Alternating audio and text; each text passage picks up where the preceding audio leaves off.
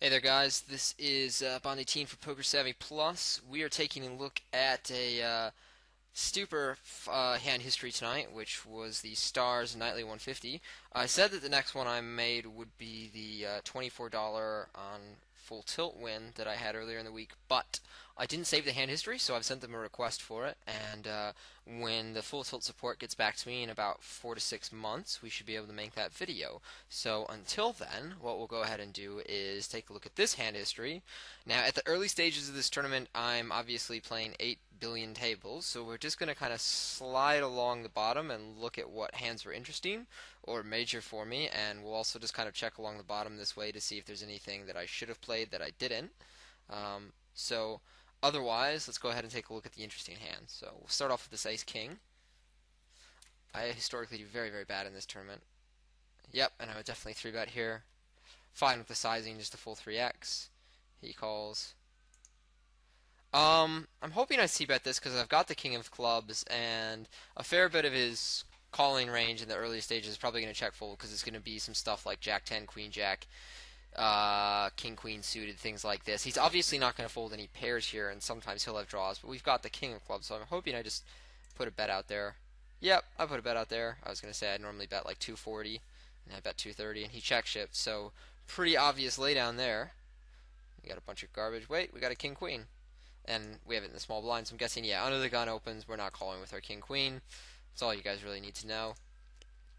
Now I've got King-Queen again, but it's suited and in lay position.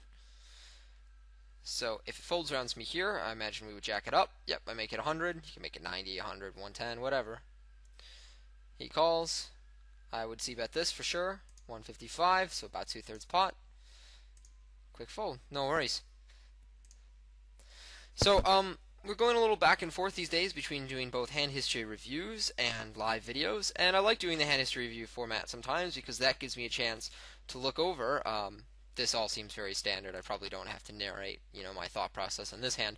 I like doing the hand history reviews because it gives me a chance to go ahead and look at a lot of the stuff I do when I'm on autopilot. Like, it's pretty easy to play well when I'm making a video live and I've got to explain everything I do in every hand. I mean, that's going to keep me from doing dumb or lazy type stuff. But when you do a hand history, when you're gajillion tabling, you're going to see that I'll have some patterns that are leaky that hopefully we can iron out by looking at our hand history. So, I would recommend that you guys do make a habit of doing the same thing every now and then. And again, I would hope I would isolate here. If you guys limped it back, it's not the end of the world, but I think with just one limper, you should just go ahead and isolate him from the hijack and beyond.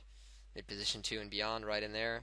He leads out, we fold. I mean, he's bet small into it, but we're calling for a jack at that stage, and even a jack of hearts might hurt us and give us reverse implied, so even though he bet this tiny little amount, I'm happy to just fold it. Obvious 4x with the ace king here.